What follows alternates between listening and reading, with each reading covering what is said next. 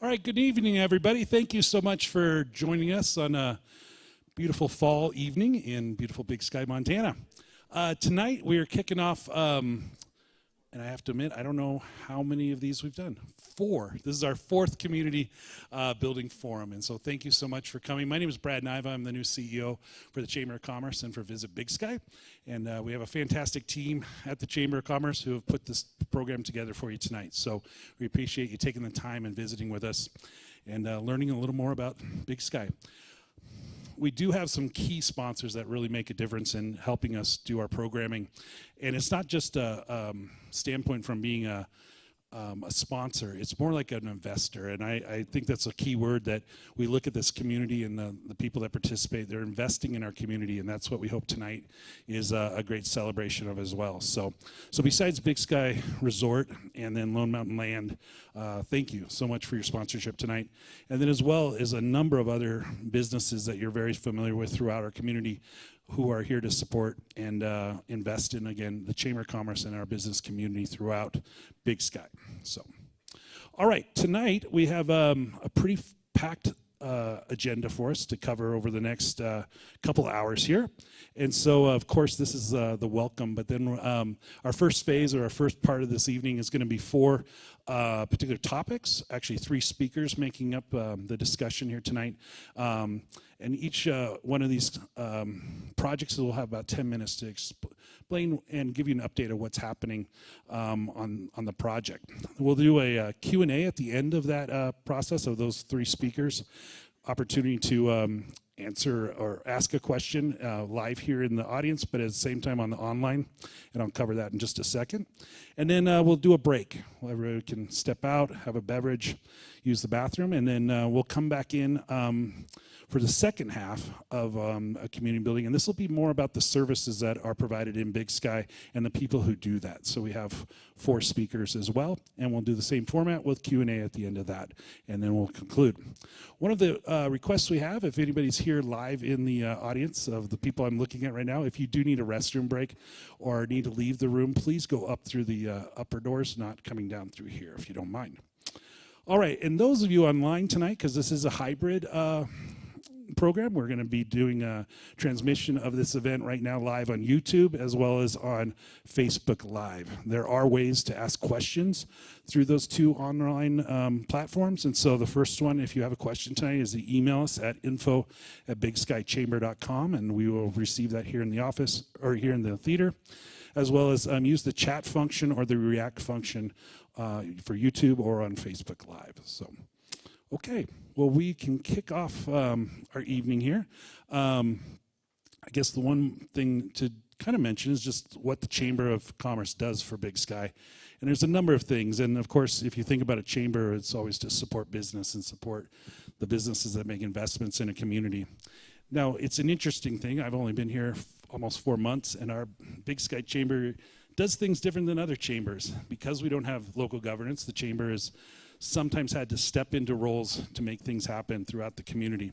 It's not always our choice, but we are the ones who tend to put our hands up in the air. But I think one of the things that we always want to remind people is some of the key things that we're doing. And so development and education, we're always working on advocacy and access. And a couple of these topics is like we're working really hard on improving the cellular phone services here in Big Sky, things like that.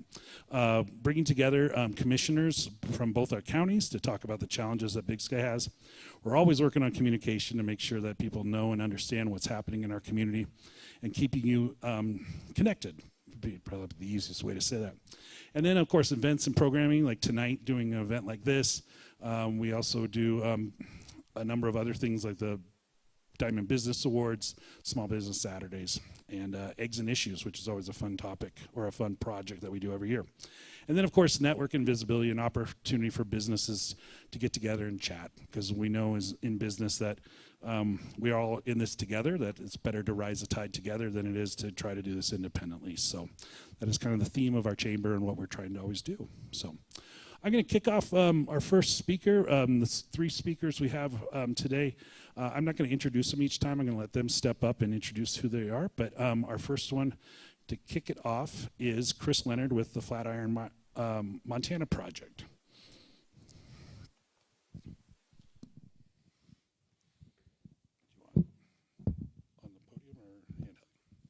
Thank you, Brad. So first and foremost, I barely have a voice at all, so please bear with me. I apologize. I'm a little bit under the weather, but my name's Chris Leonard, and I represent the Flatiron Project.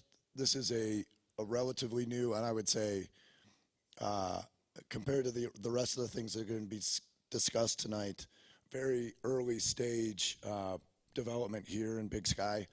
I'm going to talk to you about I mean, it's so early stage, I would call it pre-entitlement. So we're working on honing in on exactly what the master plan looks like, exactly what we'll be doing at Flatiron, and working with both counties on kind of getting the entitlements, getting the approvals. So Flatiron is very much in the concept phase.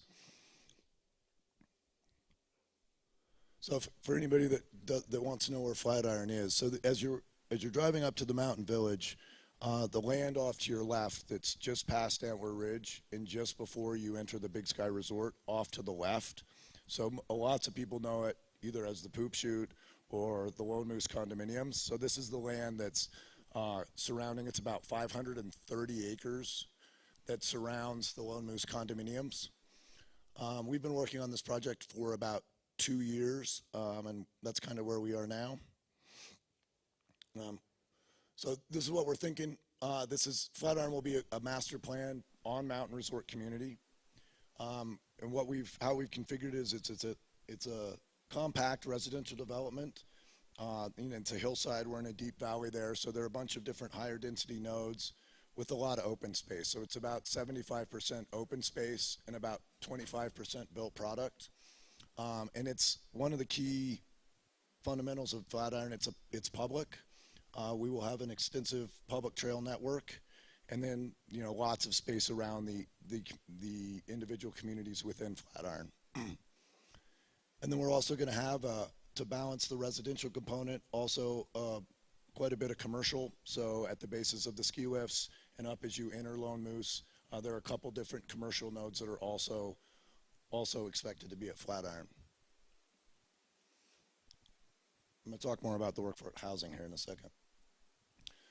So we've got, these are some of the benefits of Flatiron. We're planning for 365 workforce housing units. These are on-mountain workforce housing units within the Flatiron community. So the concept here is, one of the things that we wanted to do was to have anybody that works on the mountain or anybody that lives in Big Sky to be able to live and work on the mountain, as opposed to being down in the meadow or down in the canyon or in Bozeman. So that's one of our key things that we're excited about, is having about 900 workforce housing beds actually up on the mountain. We've got one of the fortunate things about Flatiron, it's got a couple high producing wells that we've offered to the Water and Sewer District. So we hope to actually contribute to the public water supply. We have more water on site than is actually needed for the Flatiron development. So the idea is that this would actually benefit Flatiron, of course, but also be able to benefit the community as a whole. Lots of dedicated open space. So, I think a lot of people have driven by this area many times. I don't think as many people have spent any time on the property, but it's actually really cool. It's been used over the years for all kinds of things. There's a water lagoon from the original Huntley Lodge. It's been logged. It's been used for all kinds of kind of a staging area for construction projects over the time, but it's actually a really cool piece of property. And so we're going to keep as much of it as open space as we can, and we're going to interconnect everything within Flatiron with a public trails network.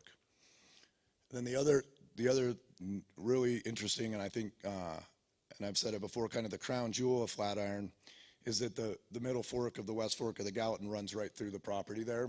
So this is a stream that's been impacted over the years. It's still gorgeous as it is today, but our goal is to actually restore the river and wetlands down in there and actually improve them from where they are today. And again, they're not in bad shape. I'm not trying to cap on the river in any way, shape, or form, but we believe that one of the most important things we can do with this project is restore and maintain that piece of the river and make it open to public access.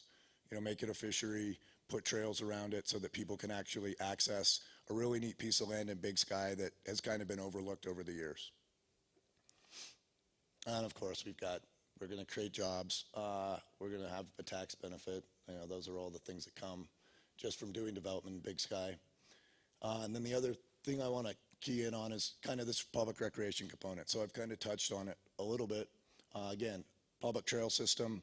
Of course, it's a critical piece in the meadow to mountain, and that's already being used, but we're going to formalize that. We've been working with the Big Sky Community Organization in order to get that interconnected trail piece exactly right, how it should be. There's going to be expanded ski terrain, so Flatiron Mountain. There are a couple lifts there. The Thunderwolf lift is there. The Lone Mountain ski lift is also there. We expect to open up some additional skiing on that mountain. We think it'll be great skiing. And then we will have some additional base area amenities. So it'll be an additional place to park to access the Big Sky Resort. Things like restrooms, restaurants, entertainment venues. So imagine some skier villages at the bases of the Lone Moose and Thunderwolf ski lifts. All right, so let's talk about kind of the details, which this group may well be interested in. So again, I mentioned it's about 530 acres. About 75% we're maintaining as open space. So that would give us about 25% where we would actually be building. And then I've broken it down into what's in Gallatin County and what's in Madison County. So the property, the county line runs right through the middle of the property. So we've got about 350 acres in Gallatin County, 122 acres in Madison County. We won't talk about parcel O. Sorry, that should not have been on this slide. And then the key piece that I think this group may key in on. So again, 365 workforce housing units, about beds for about 900 employees. And this is, again, public workforce housing, so this is not restricted to Flatiron employees in any way, shape, or form. Anybody that qualifies or for this workforce housing will be able to live there. I'll take questions on that if you've got them. And then lots of hotel units. So part of our study as we were looking at the right unit mix for Flatiron was where could we kind of infill on where Big Sky was short on different types of product. So there's definitely a need for additional hotel units. So we've got about 1,300 hotel rooms in this plan, 956 residential units. And I think the key on the residential units, in comparison, there are only about 40 single-family homes in the Flatiron plan as it's proposed. So this is a much kind of higher density, smaller unit mix, more hotbeds, more condos. You know, again, we're trying to cluster. We're trying not to sprawl. So there's more vertical, more density in these core villages, less spread out. Excuse me. And then commercial, we've got about 175,000 square feet of commercial. So that would be exactly what you would expect. Restaurants, shops, venues, places to eat, places to drink, recreational opportunities. So that's it. I mean, I don't have a ton to say about Flatiron. We're still absolutely very much in the planning phase and in the entitlements phase. But I did, you know, we have started introducing Flatiron to the community. We want to be out there and answering questions the best that we can. We're super excited about this project. Again, we think it's a good balance of what, you know, we looked very carefully at what has existed in Big Sky and tried to complement that. Some other things maybe are relevant is a local development team. So it's a pretty small team, but everybody's local. The planning group's local. I'm local. The ownership group's partially local. And we've been in Big Sky for a long time, and we've seen a lot of what's here. So what we've actually been trying to do is actually build something that we can be proud of over the next generations, and we hope that's what Flatiron becomes. Thank you.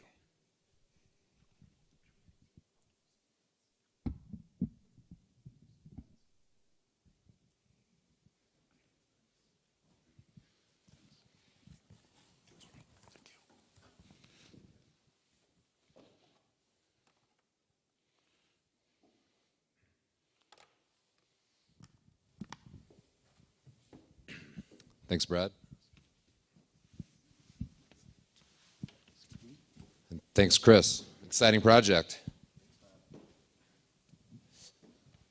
Do we have the other slides? Okay, cool. Well, it's nice to see everybody in the room again. We did this last year, and it was a very empty audience, so nice to see at least half of your faces. My name is Matt Kidd, and I'm a managing director of Cross Harbor. I've worked in Big Sky since 2008, and we've accomplished a lot in that time. And part of what I'm going to share with you today is some visual and some sort of commentary on what has been accomplished from sort of 2009 until today. And then I'll share a few other facts and details on what we have in the works in terms of current projects and future plans. As the managing director of Cross Harbor, I do oversee Yellowstone Club and Low Mountain Land Company. Yellowstone Club is obviously our partnership with Discovery Land Company, and then sort of everything else that we do in Big Sky has been underneath that Low Mountain Land Company umbrella. But with 20 minutes here tonight, I'm going to try to get through a lot of material, and it seemed simpler for you to just hear from me rather than to try to get multiple folks up in a 20-minute time slot. So I thought we'd start with a little bit of a sort of visual slideshow on the then and now of some of our projects in Big Sky. If you were here in 2008 or 2009, this is what the base area of Yellowstone Club looked like. The Warren Miller Lodge was there with a parking garage next to it, and actually the lodge wasn't even completely finished. The last units hadn't been completed. There was where what we have now is the kids area, or 20 below, was just an empty shell of a space. And today it's sort of a thriving community with density around it. The events barn that we have, tremendous amount of density that's been built around Warren Miller Lodge there. On the Moonlight side, when we bought Moonlight in 2013, there was one lodge, just the old, sort of original Moonlight Lodge. Today we have 3 lodges. We built the golf clubhouse out at the golf course. We were able to finish the second 9 holes of the Jack Nicklaus course, and were able to host the match, which admittedly was one of the biggest sporting events ever to take place in the state of Montana. Outside of Cat Grizz games, I think it was pretty much the biggest sporting event ever. And this summer we opened the Lake Lodge out at Ulri's Lake, which creates an amazing experience there at Moonlight, between being on the lake and sort of away from the lake in the lodge with the pool and the restaurant up there. At Spanish Peaks, there was a giant hole in the ground in 2013 and a foundation for what would have been a large condominium building there. And our plans sort of from then were very intentional to build a world-class luxury hotel for Big Sky in that location. And we're almost done. We've got a little bit more work to do, and I'll touch on that later. But Montage Big Sky is the largest construction project ever in the state of Montana, and that will open this winter season. So we'll talk about that a little bit more later on. In Town Center, not long ago, there was nothing on that side of sort of Simpkins Avenue, or Main Street, if you will. And today we have a thriving Main Street with the farmers markets that go from Fire Pit Park all the way down to the plaza, and just are sort of really proud of what's being built there in Town Center, obviously with Base built in the background. Workforce housing, I don't really have a picture of the before, but the now is that we are building 846 units with 3,069 beds. And those are all either completed or under construction or development. This is product that won't be 10 years away. It's 3 years away at the longest, and we'll talk about that in more detail later on as well. Growth in membership, which drives, of course, a lot of things in Big Sky. Philanthropy, a lot of the sort of health of the community comes from some of the second homeowners and club members. But in 2009, if you sort of looked across Yellowstone Club and Spanish Peaks, Moonlight really didn't even have any form of a club. There was only 450 members. Today we have over 1,800 members across the three projects. And resort tax collections, I thought this would be interesting to look at as well. In 2009, 2.6 million, and there was a lot more need for that capital than the 2.6 million that was there. Today, July to July of 2021, it was $9.5 million of collections. That excludes the additional 1% that's going to the Water and Sewer District for that expansion. So the community, there's sort of needs of all of that money, and it continues to grow. But admittedly, resort tax collections have grown even faster than I might have expected only a couple of years ago. So a little bit more on Lone Mountain Land Company. We created Lone Mountain Land Company as a subsidiary or offshoot of Cross Harbor in 2014 after we bought Moonlight Basin and Spanish Peaks, and to try to take a holistic vision for planning out a lot of the remaining development in Big Sky and thinking about community issues, housing issues, other needs. We've had a great partnership with Big Sky Resort and working with them on a number of issues, with the Simpkins family, trying to sort of lead through the community foundations and what's been able to be accomplished through philanthropy, which has a huge role in this community. And we have members of our team, and sort of across the organization, are involved in a lot of different boards. This is an amazing community that requires a lot of involvement from a lot of people to sort of have the community that we have today, and we're thankful to have that involvement. If you ask any of them, we've never once told them we never once have told an employee or a team member how to think or what to say or how to perceive an issue. We just tell them, get involved, be involved, help out, know what's going on, and be a part of the community. I thought I'd spend a few minutes kind of touching on, again, I'm trying to frame this by thinking about what has been accomplished over the last 10 years and sort of where we go over the next 10 years. But this was sort of, we talk a lot about sustainability, and I am going to touch on environmental sustainability as well in a minute, but our approach to sustainability first started with financial sustainability, and this community did not have it in 2009, and it did not have it in 2013. There were, large projects here that went bankrupt. They were over-leveraged. There was too much debt, and so our vision around sort of acquiring what we've acquired and putting these projects together, it really started with a view towards financial sustainability. And that starts with ownership and how these projects are capitalized. They failed in the past because there was too much debt. So for us, our projects, we don't utilize debt to acquire assets. We utilize equity. Debt gets used for construction purposes only. And so when we build a house, we utilize third-party construction debt for that. But the ownership the ownership of all the amenities, all the assets, is all with equity. The one public ski area. This is a big part of the vision. Our sort of partnership with Big Sky Resort, dating back to 2012, when we were working on these things. It was a problem for this community to have two competing public ski areas. It drained resources rather than combining resources to be able to have a better guest experience on mountain, to be able to have more efficient operations that allow for investment. And you've seen a lot of what Big Sky has been able to do with lift improvements, and you'll hear more from Troy on that in a little bit. Break-even operations for the private clubs as well.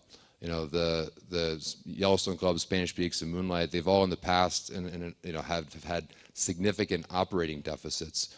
Our approach to this has been that dues help support the existing operations and not have an over-reliance on real estate sales to fund those operations. Real estate sales are funding growth. We're building, as we've done with Yellowstone Club and we'll do with Spanish Peaks and Moonlight, we're building more amenities. Real estate sales help fund that growth, but don't have an over-reliance on real estate to manage existing operations. Just part of that overall commitment to financial sustainability. Support for local businesses, like huge thanks to the Chamber. Caitlin's done an amazing job. Anna, Brad, we're glad that you're here. But in 2009 and 2013, this was a tough place for many businesses to exist, to try to operate. The shoulder seasons were long, and now they've gotten a lot shorter. It's also part of our thinking has been more lodging options, and that's why the Wilson Hotel, Montage, a couple other things that we're working on. More lodging options also means, okay, I'm going to have to step it up, but these are my longer slides, the 10-minute warning. Have a reduced reliance on short-term rentals. And community support and infrastructure is a big part of this as well. Just how did we bring financial sustainability to this community? I'm proud that the resort tax is $9.5 million. How do we think in the future about sort of making that more permanent? Actually, people may not realize that the resort tax will have to get voted on again to be a permanent income stream for this community. And how do we think about that? Philanthropy has a huge role in this community. I want to just acknowledge many challenges that exist right now for you and your businesses. Housing availability is the #1 issue. Housing costs is very much related to that. I would tell you that the next 9 months will be the most challenging ever in the history or future of Big Sky to get housing. We're building more stuff, but it's not built yet. And this winter season, Montage is opening. That's another 300 plus employees. The next 9 months will be the toughest ever in the history or the future, because we are building more. It will get better after this season, but this season is going to be tough. And just finding a workforce, that's challenging right now. This summer we actually had housing and couldn't find people. That was surprising. That was not something that we were expecting. Infrastructure costs, the Tiger Grant. Everybody thought the turn lanes would all be done by now. And in fact, nothing could happen this year because the grant couldn't fund the costs. So that's why we've paid for the turn lanes that are going in by ACE and the Powder Light Project. We're funding that. COVID, thankfully we're here, but we're still wearing masks. This is a challenge. It's not over. We sort of hoped it was at the beginning of the summer, and that's not where we've ended up. I'm not sure what that means for winter, but as a challenge for the community, it's not over. Environmental sustainability. I'm going to move a little quicker here, but this is important to us as well. And I want people to understand that as much as we're talking about development and we're not perfect, environmental sustainability is really important to us. If you have an environmental sort of opinion that humans shouldn't be in Big Sky, I don't think we're going to have much common ground. But if you have the approach that humans should be in Big Sky, and maybe it's okay if it's a few more humans than are here right now, I think we're going to find a lot of common ground. We want to do stuff the right way.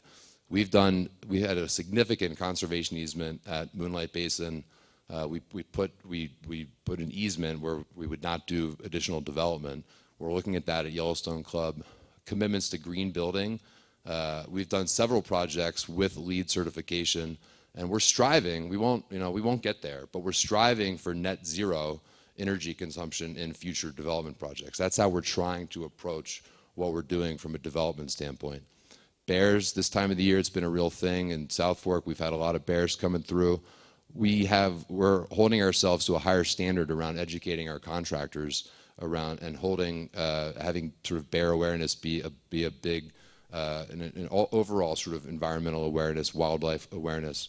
We have a gentleman on our team named Rich Chandler who's been our environmental manager at the Yellowstone Club for several years. We've expanded his role and are adding to his team to having a whole environmental management department across Laurel Mountain Land Company in these projects. Water and sewer, we can, again, if we think that humans have a right to be in Big Sky. Humans produce waste. We have to, as a community, find paths of dealing with that. I think you'll maybe hear from Ron a little bit later and some of the efforts that the Water and Sewer District is going through right now. But at Yellowstone Club, we have a permit to use treated effluent for snowmaking, not just to water golf courses or to water the forest. And we hope to have that online, not this winter, but next winter. So I'm going to get through these slides quickly. And at a high level, the thought here is Yellowstone Club is approximately 90 to 95% built out. Spanish Peaks is approximately half built out. And Moonlight Basin is really only about 30% built out.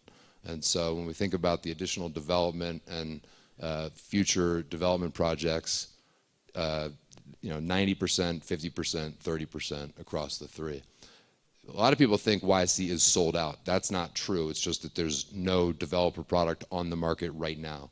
We have another 45 or so units to create, to plat, and most of that will be in another phase of the village. It's sort of hard to see this rendering on the right, but on the right-hand side is the Warren Miller Lodge and the existing village, and we're going to build another phase of the village. It's only about 40 units, but that'll be a very significant project that we have infrastructure underway right now, and that will continue next year. Where I just want to acknowledge through these slides as well, like, we're a big employer. Yellowstone Club is a big employer. All these things, we have a lot of employees, and our commitment to our employees is meaningful. It's a big part of why we're thinking about a lot of the community development issues. Is we want Big Sky to be a great place to live and work. Anyways, back to, we have about 69 homes under construction. That's just developer product. There's another 20 or so, 25 homes of sort of third-party owned homes that are under construction. We have a lot of infrastructure, like kind of back of house, new fire station, and some expanded mountain operation spaces that are being built at Yellowstone Club as well. On the Spanish Peak side, like I said, about 50% built out. One thing that I thought would be quite relevant for this audience is we do have an agreement that was signed this year with the Big Sky Fire District to help facilitate another fire station in Spanish Peaks. That will be just below where Inspiration Point is, if you know where Inspiration Point is within Spanish Peaks. It won't get built for several years, but there's a path forward for how that will get built. Some of our current projects at Spanish Peaks. The Montage project is actually not just that main building, but there's an extension, the Inn we call it, that's connected by underground tunnel, and that is under construction as well. Will open in a couple of years. We also have 19 cabins or mountain homes that are part of the Montage project as well. So it's actually those three phases. We also have Highlands and Inspiration Point that are continuing within the Montage project. So Montage, Big Sky, one of the things that I've sort of articulated of late is there's a pretty massive difference between what our contractor will deem as substantially complete and what Cross Harbor and Montage will deem as ready for opening. And what does it look like to really align those definitions between November 10th and December 15th? I did want to take a minute to introduce Rick Reese. He's here. He's our managing director with Montage and the general manager of Montage Big Sky. So, Rick, thank you for being here. If anybody if anybody needs a job or has a child or a nephew or anyone you know that needs a job, come talk to Rick. He'll hire them on the spot. This project is open to the public. I think that's something that people lose sight of. But this is a public hotel, a public asset. Come to the spa, come to the bowling alley, come to the restaurants, and I hope that it's a huge asset for this community. On the Moonlight side, as I said, sort of 40%, 30 to 40% complete at Moonlight. There will be a large project at the Madison base area, and then much of the rest of the density at Moonlight will be on the western lands, kind of around the golf course. We think of Moonlight as a sort of pods of density in a sea of open space. So there's a lot of Moonlight that remains undeveloped. We have 8,000 acres at Moonlight to develop 1,600 units. Yellowstone Club had 16,000 acres to develop 900 units. There's large acreage to develop this amount of inventory. Town Center, we hope to do more, but we've built 80 residential units, the Wilson, and 61,000 square feet of retail. A little more detail on our workforce housing projects. It's 846 units, over 3,000 beds. That includes 2 projects in Gateway. Gateway is a big part of, and sort of looking to Bozeman, is a big part of the housing solutions to this community. And so we're expanding around the Gallatin Gateway Inn, and we're building 350 homes across the street at the Gateway Village. Happy that we got the Riverview project with Laura and the Housing Trust annexed into the Big Sky Water and Sewer District, and we hope to have more projects with the Housing Trust in the future.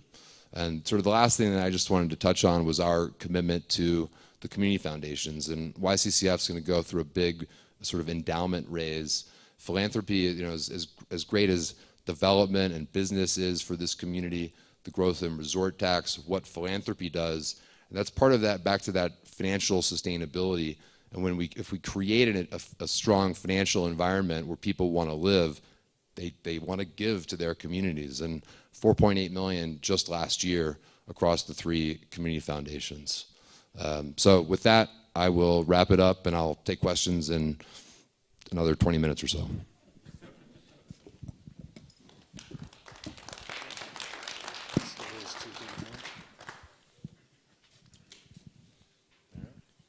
Thank you.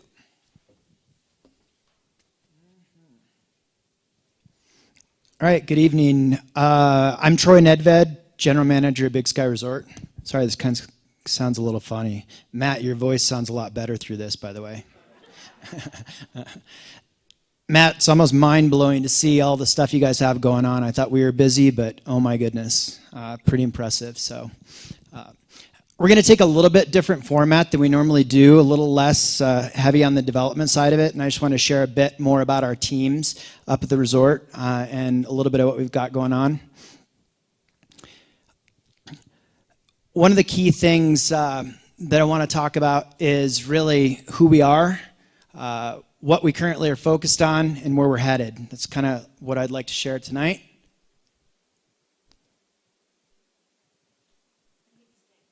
What's that? Oh, look at that.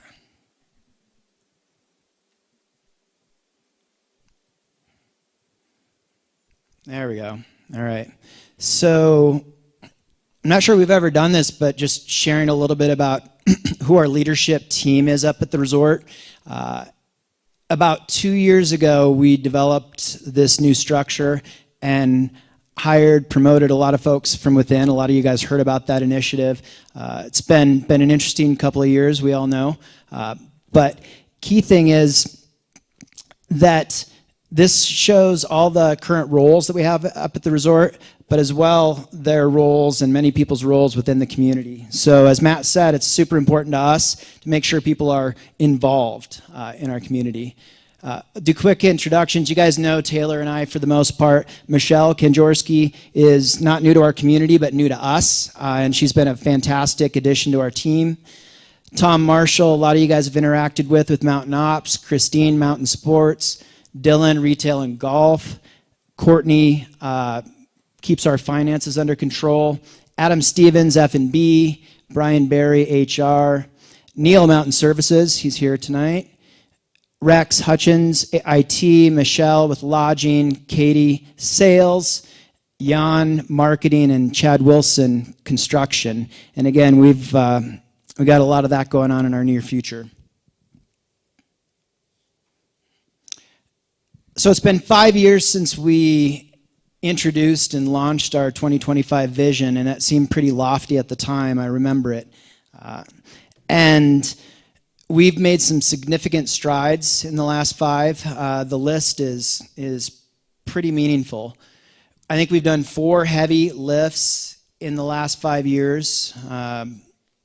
But it's a lot more. You've heard a lot about this. It's a lot more than the Alpine experience. It's a lot more than the ski experience that we all know is pretty fantastic at Big Sky. The Mountain Village, we jumped into that major transformation of the original Mountain Mall. That was fully depreciated, as many of us know, and transformed that into our now Exchange and Vista. Our community relationship and enhancing that is key pillar to this plan. And then transportation, as we all know, is essential to make the connections.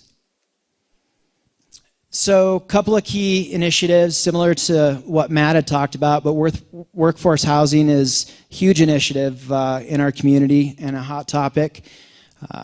Enhancing our guest experience, elevating our lodging standards and getting all of those properties up to what we believe we can be. Sustainability, and then lastly, that community relationship. So we've been marching away at this for a long time at the resort in relatively small increments, but right now we're finishing the last phase of Mountain Lodge East, which is going to take us to 667 beds in Big Sky. We're also jumping into well, not jumping into, we're almost done with a major renovation of the original Mountain Lodge and getting that property up to our standard to match the rest. So big project. It's been 5 projects in the last 6 consecutive years.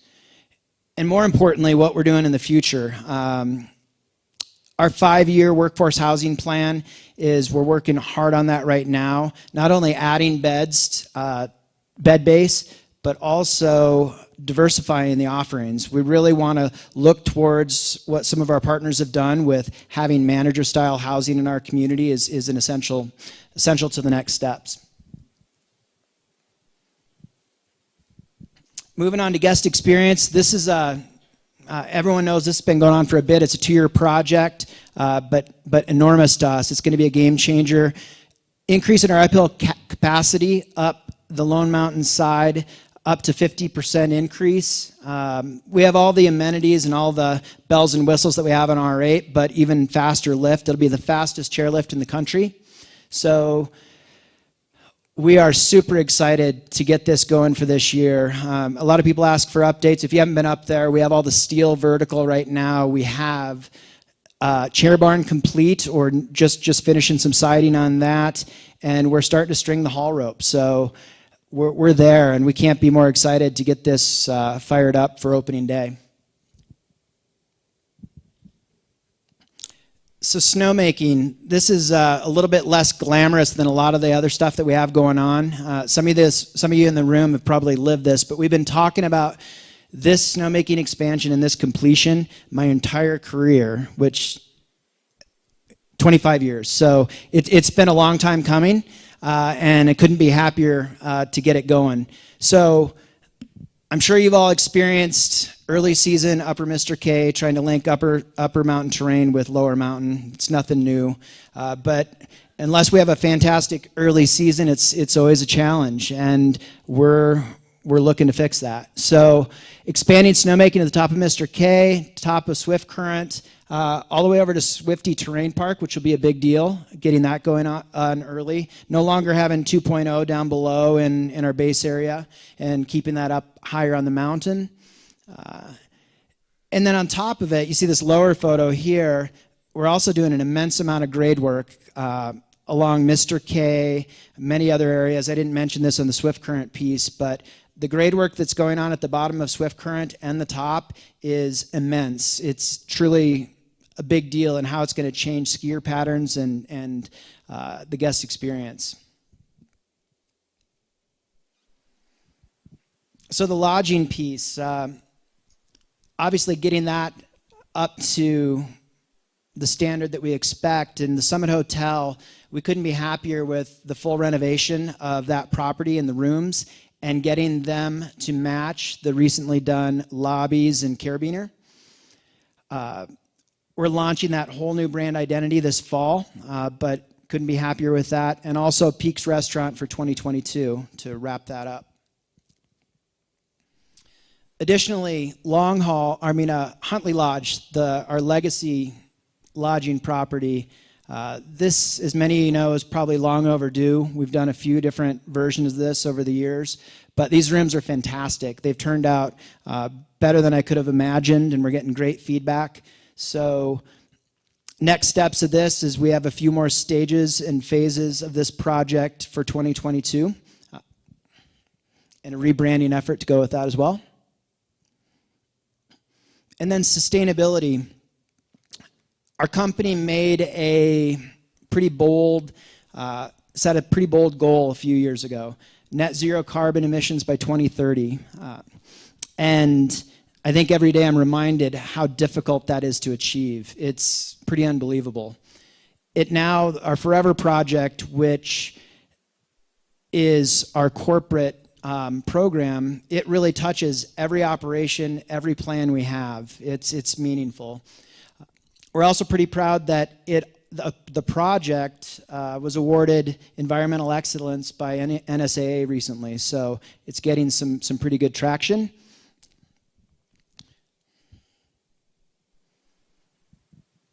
And then back to the community side of this, and this is what it's all about. we recognize how important our community relationships are. We recognize the growth of our community and how important it is to make sure that all the youth, all the kids in our community have access and opportunity to learn to ski and ride.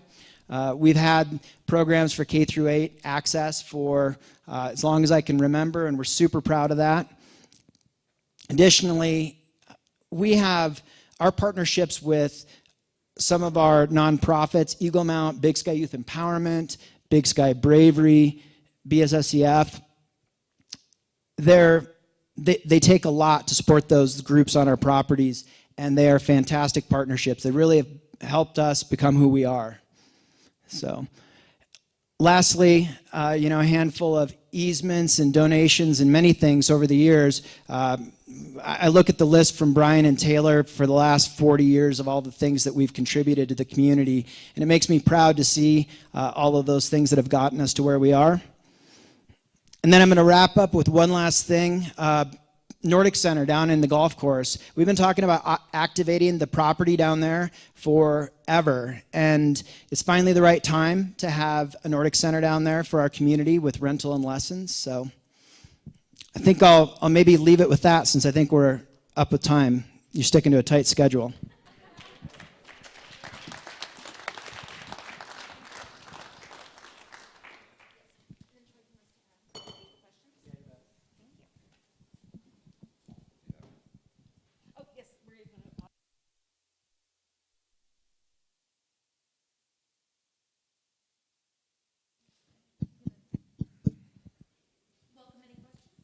At this time now, we can open up for questions. We're going to be doing those online as well as here live in the theater tonight. So, Caitlin, do you have one online or? Okay. Is there anybody in the audience right now that would like to ask a question of our three speakers this evening?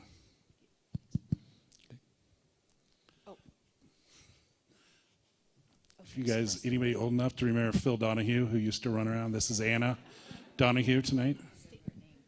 I will.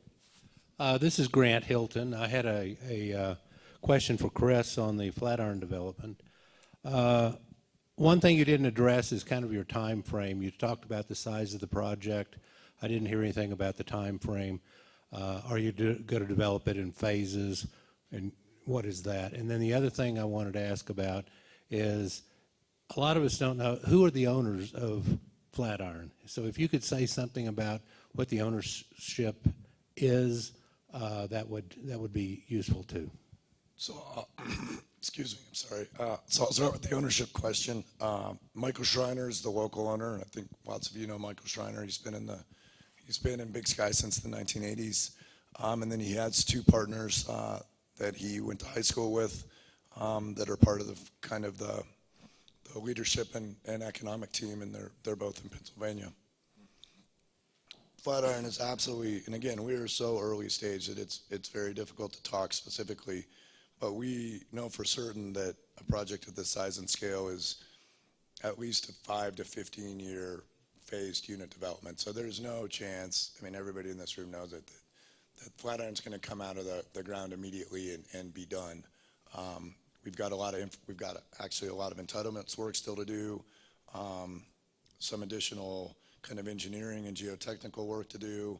We've got a ton of infrastructure work to do, really before the first vertical construction comes out of the ground. So absolutely, in comparison to these very mature projects that are up here speaking about what the great things that they've done over the last 20 years, I mean, we are at least 20, sometimes 40 years behind these guys.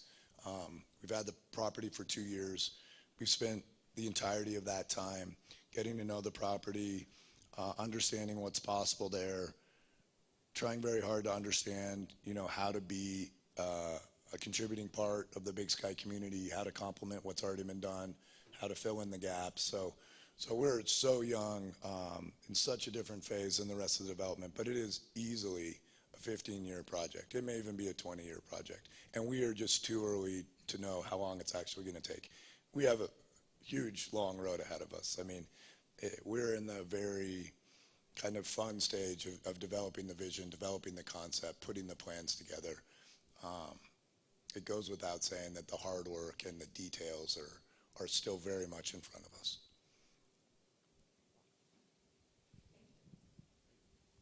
Thank you, Chris. Hi, yes, Michael Mendenhall. I wanted to talk to the resort operators, and it's really about your full-time attrition rates. We know that 60% of the working population in the next 9 months is going to change jobs. The Department of Labor is already showing those numbers, and it's a great concern for businesses in almost every industry as to how you're going to hold on to your employees, especially your full-time ones that you've trained. So I'm just wondering what your attrition rates are at the Yellowstone Club, Spanish Peaks, Big Sky, and do you guys have any plans to really put some things in place to hold on to your current base? Yeah, I can start for sure. You know, that's probably the most critical threat that we have, as many of you know. The attrition piece, I don't have an exact number for you. It varies throughout our labor force substantially, but it is desperate times to get staff. The only positive aspect there is that we're starting with some. Rick, we have a bit of a head start on you, sorry. But how are we retaining them? Boy, it is all hands on deck, figuring out programs, policies that are making it sustainable, getting our arms around our teams in every way we can possibly. And we're still losing folks because it's inevitable with what's going on. We've never experienced this before. So we're looking at about every strategy you could possibly find to get hired up. But the key piece that you just described is keeping our arms around those that are with us currently. And it's through wage, it's through benefits. We just announced a lot of significant changes within how we manage our labor force with benefits, wage, and a number of other things that we're pursuing to make it appealing to stick.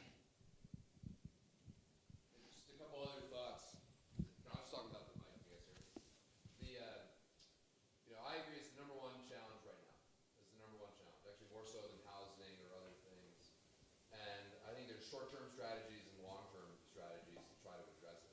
Thankfully, it's also not entirely new. While it's like maybe the biggest challenge. I mean, these projects, the businesses, they essentially close twice a year anyways, and a lot of the employees, like we're already fairly transient by nature. It's just sort of exaggerated right now. In the short run, I think like wages are going up, finding more benefits, providing better housing, and the employers are going to cover more of the cost of that housing at times. I should have added earlier too, like the housing that we're building is not all for our projects. It's for whatever the needs are in Big Sky. It's not just our projects. But I think there's more we can do to address sort of longer term issues as well. Like the way we've worked with MSU and the hospitality school. Imagine MSU having a world-class hospitality school graduating hundreds. I think the first graduating class had 2 kids. Then it was like 20 kids. But imagine the hospitality school graduating hundreds of kids a year that can come to work in Big Sky. I think we should have a world-class gap year program in Big Sky that attracts, whether it's post-high school or post-college, but it's sort of like a formalized internship program, but it's on a full year basis, or at least tied to seasons. It's actually tough utilizing interns in our businesses with college schedules as they exist today, but I think we can, formalize some of these programs. So, right now it's a big issue, and there's things that we have to do for this winter, and there's more we can be doing over the longer term to create a better, sort of happier workforce. I got an online question. How can this community incentivize completion and activation of now long empty commercial spaces around town? Any projects and Like programs? what empty commercial spaces are there? You just said the building lots in town center. Well, there's empty lots, but there's no, I mean, that's actually a big challenge right now is that there's no, if you want to rent space for offices, there's nowhere to go. I mean, there's Hey, not Matt, really. I guess I can't hear you online, sorry. That's all right. Thank you. The question was just what can we do to activate commercial spaces, but there's no completed commercial spaces that are empty. And I think that, time will allow for additional development of some of the in Big Sky commercial areas. Thank you. And then one for Chris. How will the public access the Flatiron development? Is it via Lone Moose Meadows Road or any other roads? So as it's proposed, there's the Lone Moose entrance that'll continue to exist, and then there'll be 3 other entrances. Sorry, I'm in a bad shape. I know, you don't want to touch this thing. So there's one entrance that'll be below the Lone Moose Drive entrance and 2 entrances further up. Those will be phased in over time. That's part of our work with the Department of Transportation, but there will be more than one entrance to Flatiron. Thank you. That's what I was thinking. Any other questions? I'll piggyback on Mike's question about retention. I'm wondering what we as a community can do to set good expectations for our guests who are coming this winter. I think the Chamber has started with some messaging just to let people know, this is not just a Big Sky issue, but I think that if we are ahead of, guest expectations, we might be more successful. I just wonder if that's something that you guys are talking about or if the Chamber is talking about as well. I think it's a little bit early. I think it's a little bit early.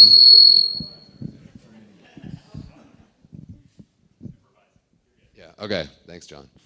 I think it's a little bit early to say for sure, how we would approach even COVID and the expectations around COVID. I'm sort of really glad it's late September at the moment, and that we're not having to make decisions about the holiday period and what policies should be in place and testing and masks. And I'm glad we've got a couple of months to make a decision about that. I think that if like a lot of local businesses are concerned with providing a sort of A+ experience, should that be messaged somehow? Possibly. It's a good question, and I think that I think the Chamber is the right group to help answer that question. I'm not sick, and I tested negative twice this week. If you want to use my mic. You gotta have a college degree for that. At least in regards to the Chamber and Visit Big Sky, one of our concerns, of course, is to make sure our visitors have a great experience and are educated. So we're making a great investment in just some interesting messaging that we're getting out. So if you looked around Fire Pit Park today or any of the parking lots, you'll see some brand new signs that were just set up today of recreating responsibly, having a good time here in the area. The other thing that we were just integrating right now is any new cell phone that's coming into Big Sky is going to get an automatic alert now via an app. So if they open an app, they'll actually get a alert that comes up, says, "Welcome to Big Sky, we're glad you're here, but let's be smart about it." So wear your mask, social distance, things like that. So it's an ongoing balance of management of our visitors, making sure we're meeting their expectations, but at the same time, we have to think about our community and what's the best thing for our community, and we need to educate our visitors so that we're not affected by them as well. So. One last question? Sure. This is for the panel. Has there been any research into partnering? Can you guys not hear me? They can't hear you online. Oh, I didn't want them to hear. Has there been any research into partnering with Lone Peak High School or MSU as far as not only recruiting but training preemptively? I know a couple of my daughters have participated in outreach education throughout the summer and whatnot that have been sponsored by you all, which is great. But with the tech center coming into Lone Peak High School and whatnot, has there been any concentration on keeping our kids here? I mean, they understand Big Sky, they're here, they're part of it, instead of sending them away and then going, we need to get people in here, keep people that understand and love the area. Go ahead, Troy. Yeah, I guess I would ask for are you thinking short-term or long-term? Meaning seasonal labor force and part of that solution, or beyond that? Any of it. I mean, just to help our kids get their feet wet. Got it. Instead of sending them out into the world, with no worldly experiences. I know that my daughter Charlie Sue was writing for the paper this summer, and it was a paramount experience for her. And then my other daughter, Hannah, went off to Chapman, and I was trying to get her in an internship program up in Yellowstone Club Development for the business aspect. So just things like this that can, kind of entice them and intrigue them to potentially stay and be the future pillars of this community. Yeah, great question. I know at the resort we have several internship and apprenticeship programs that I'm familiar with, but I'm sure there's more opportunity in our community. This came up recently for me.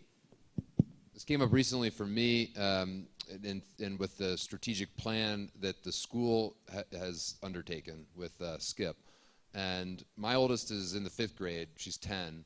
And I admittedly, personally, haven't spent much thought thinking about high school issues and internships and the like. But and I think internships can be a little challenging. Like, they are admittedly work for the employer, but I think that it's something, it's an initiative that we should embrace. And I do think that the chamber could play a role. We're happy to play a role working with the school. We should have a great opportunity for the kids that are growing up in Big Sky to learn from these businesses. And hopefully they do come back, or even if they don't, they've learned a lot as they're adventuring into the world. So I think it's a great idea and something that deserves sort of community attention. Exactly.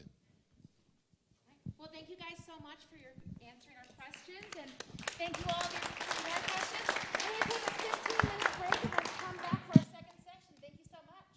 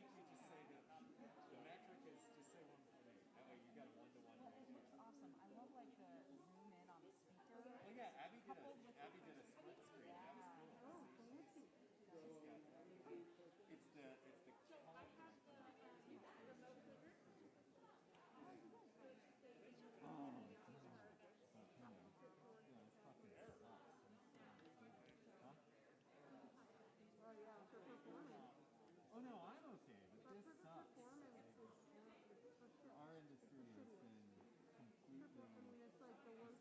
Yeah. destroyed. People who have been in this for decades, they just quit. They're just retiring early and they're like, I can't do it. I mean, I have a lot of friends in the medical profession, and they're like in their 50s, and they're like, yeah, I'm retiring. I'm done. I'm fucking over it. And I'm like, wow. Yeah. Holy shit.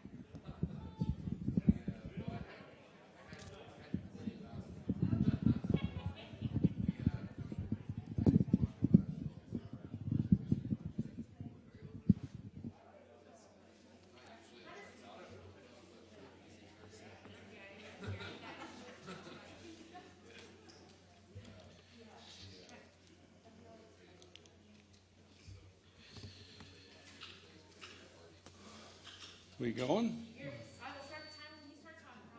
All right.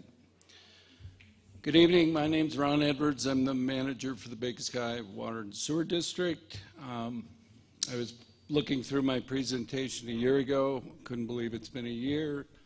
So I've updated it. We've done a lot of work this year toward several projects. So I'm going to try to quickly go through and hit the high points of the things we've been working on.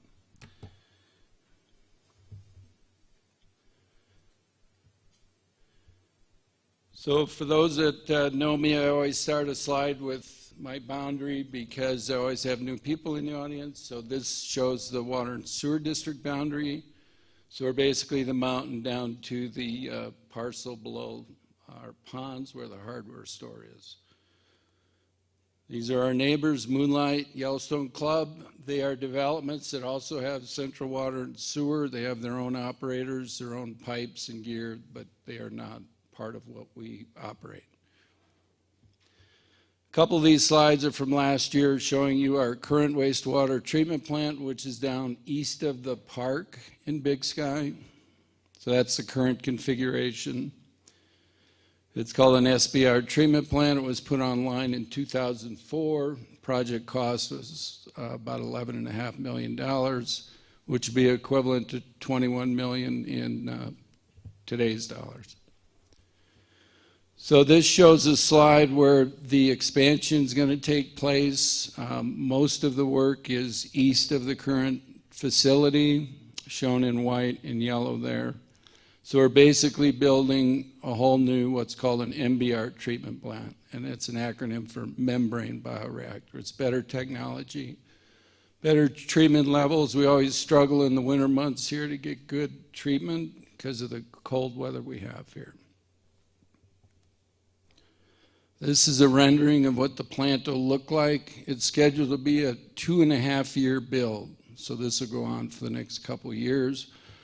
We're already running into supply chain issues with the COVID stuff on basic things like valves and fittings, so we're already seeing potential problems with construction delays because of that.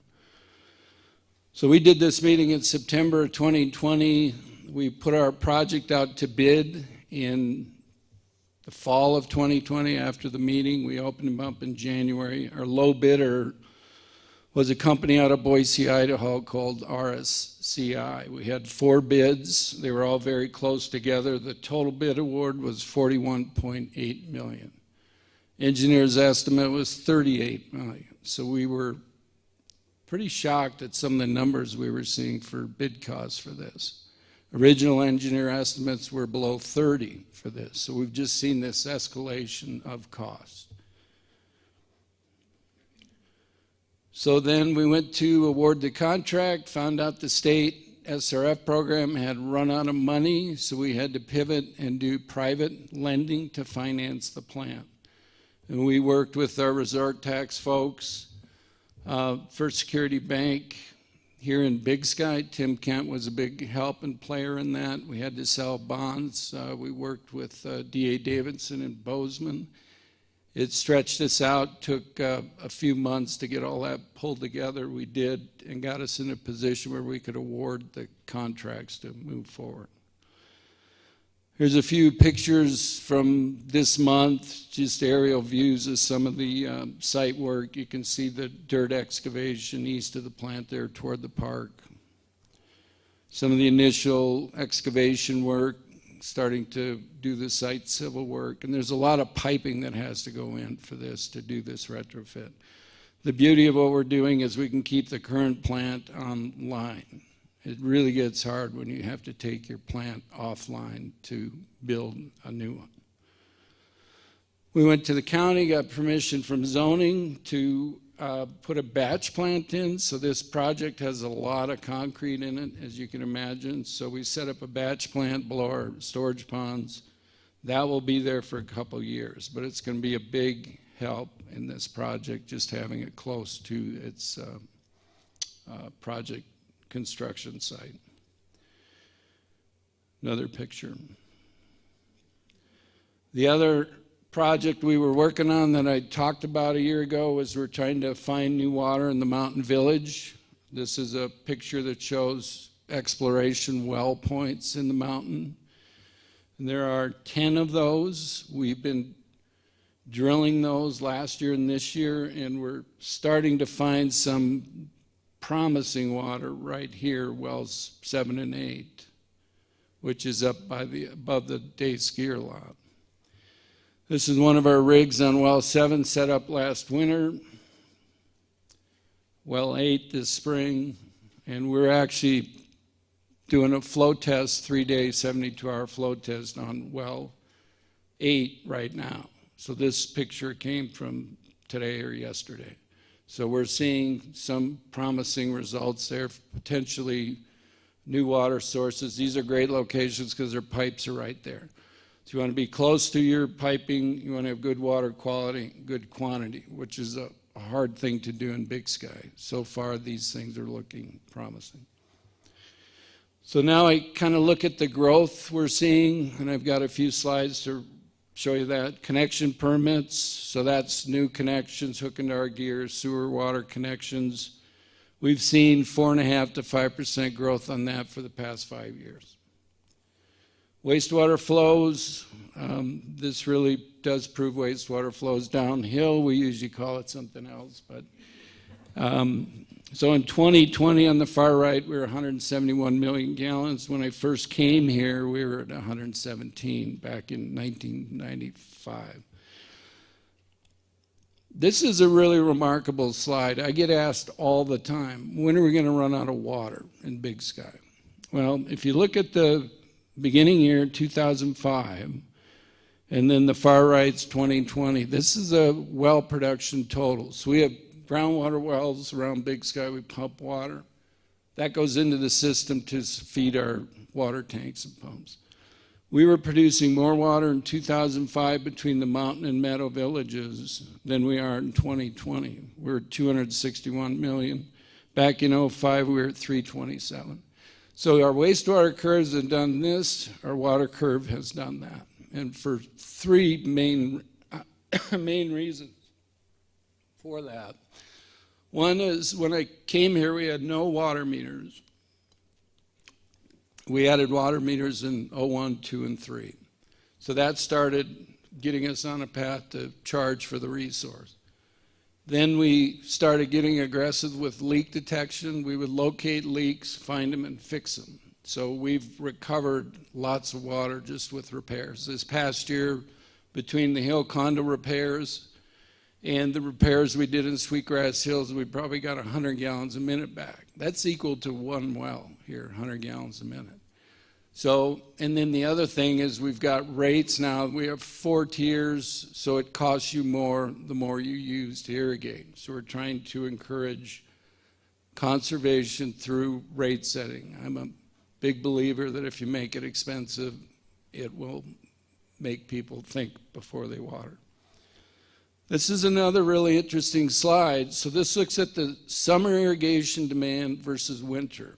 And I've shown this at the BSOA meetings in the past, but if you look from 2012 through 18, we were running about 5 times. We got more people here in the winter than we do in the summer, but I got 5 times the water going out the backside because of irrigation. And recently, in the last 3 years, we're starting to see that trend change. So in 2018, my summer demand was 1.1 million, winter 253. So that's 4 times. That's a little better. Last year, we were 1 minute. Oh, no. I'm just getting started. So last year, it was remarkable. We were 2 to 1. And that's the first time we've seen that ever. And so, again, that's metering, rate setting, and fixing leaks. We got a fixed-base metering system that's tremendous. We can read meters real time. I can aggregate them. So this is an aggregated meter for all of South Fork, 115 homes. And I can go through and see how much water we use each day, which is a fantastic tool when you're trying to look at water problems potentially. Online bill pay, put that out there, encourage you to get it if you're a customer.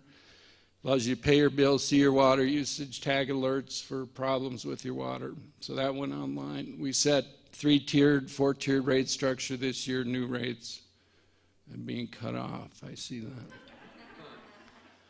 Wastewater rates.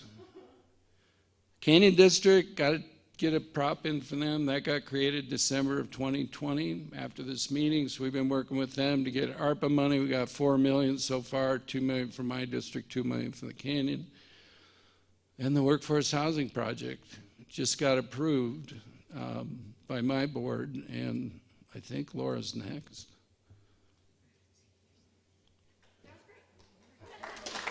A lot of stuff. Tag your. Yeah.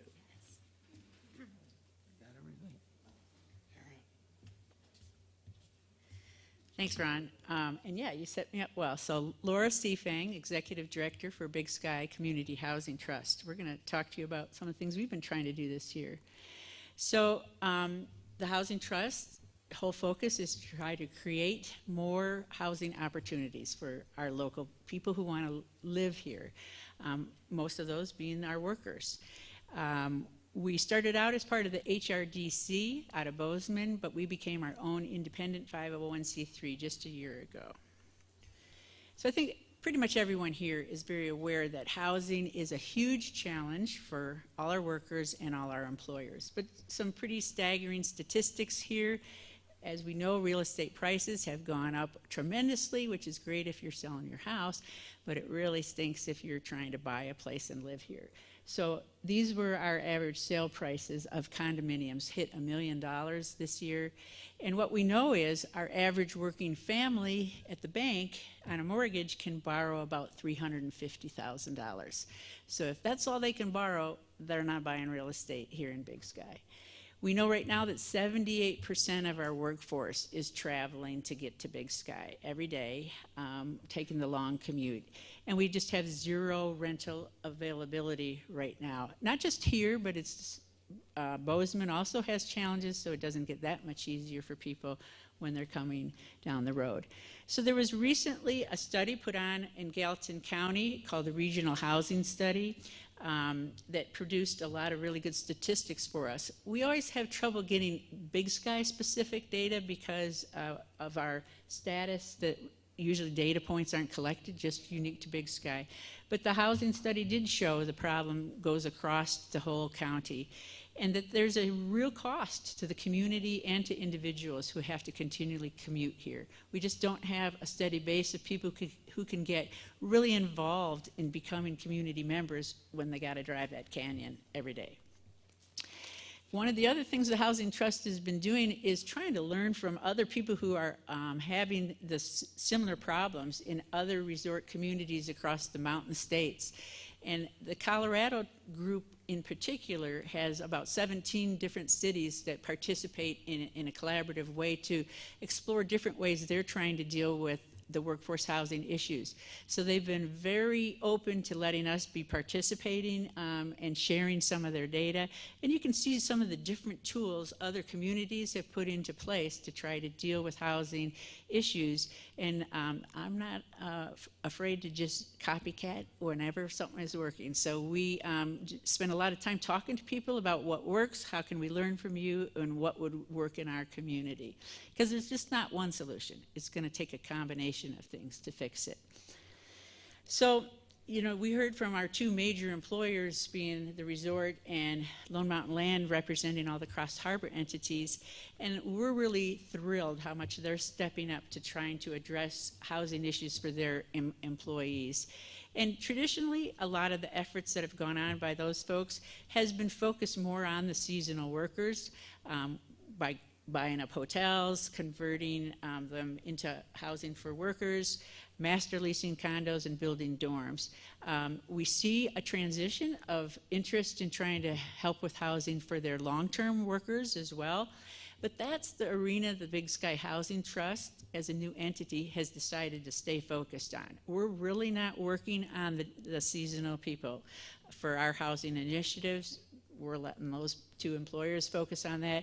And some of the things that we have been putting into place is adding deed restrictions to units so that they can stay committed to workforce housing forevermore, not just when they get started out. Building some more rental kind of units, we'll talk about that. And then a program we're pretty proud of is trying to convince people to convert their vacation rentals into long-term rentals for our local workers. So most of you, I hope, have seen our Meadowview condominiums. That project is all complete now. Our last families moved in early in July. So we're real proud behind the softball fields and the tennis courts. We have 52 condominiums that were sold only to local workers, and that was the requirement. And so that there always has to be at least one owner that's full-time employed in Big Sky. Those come with a deed restriction, which means they can never be rented on the short-term vacation market. They can't be sold market rate. They have to be sold back to the housing trust if someone ever wants to sell them. And then they have a cap on how much appreciation that they can have on that unit, so that when it gets resold, it will still be affordable to the next person that's going to buy it. So we got a lot of happy people there. They bought at about 50% of market rate, and I laugh because we have 52 families and about 50 new dogs in the neighborhood because everybody said, finally, I can have a dog. So you can see the way we made it affordable is that we used resort tax money, which is a community investment, to buy the land. And that land is in what's called a community land trust. What we sold to the folks that bought those was the improvements on the land. And as I said, there's a cap on that, but you can see who bought that. We have, of course, the first two employers there have the most employees in town, so it's not surprising, and they pay their people well, so they were more ready to be able to acquire a mortgage. But we've been able to support all kinds of people across the community. So we're really excited about our next project. We're partnering, as Matt mentioned, with Lone Mountain Land Company on this one. And it's a really unique private-public partnership here that we think is going to have great benefits and maybe be a model for things that we could do other places in our community. Because the land, which yay to the Water and Sewer District for annexing that land in last week, because it makes this property actually buildable now for us. But the land is going to support a variety of rental units for a lot of people in Big Sky. So there's a mix of funding that's going into this, including a lot of money from Lone Mountain Land Company, but we're very excited because we have been able to apply for federal tax credit relief money that we'll hear about in October, whether we are approved to get that $6.7 million of funding that's really going to make this project reachable for us. You know, building affordable housing is difficult in Big Sky because housing build costs are extremely high. And so our goal is to try to build a quality product where people actually want to live that doesn't look like Section 8 housing, but really a beautiful community for folks, but that's still that we can actually build it and for the finances that we have. So this is going to be a great project. It's going to support a lot of local people, and we can't wait to get it off. A lot of you wrote letters of support to the Montana Board of Housing, and we appreciate that because that's going to help. It's a competitive process for us to get those funds. So that it's going to be right across from ACE and that long skinny parcel all the way up to where the old American Bank building is. And again, there'll be a mix of 1, 2, 3-bedroom apartments as well as some dorm room housing in that whole project. So I'd last like to talk about our Rent Local program. So those new apartments and some of the things other builders are doing, particularly Lone Mountain Land, aren't going to be on board for another 2 years before people are going to be living in them. So how do we bridge the gap? As Matt said, it's going to be a challenging winter because there's nowhere right now, zero rental availability in town.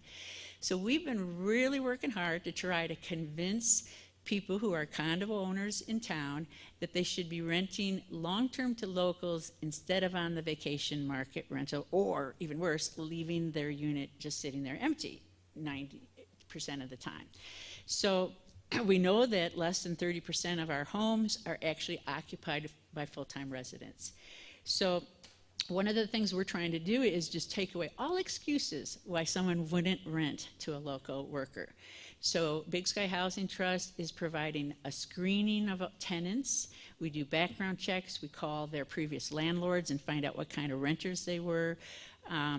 We also have a very easy to use website where people can list, just like our own little VRBO kind of website, where you can list your unit, people can see it, can check it out, say if they're interested.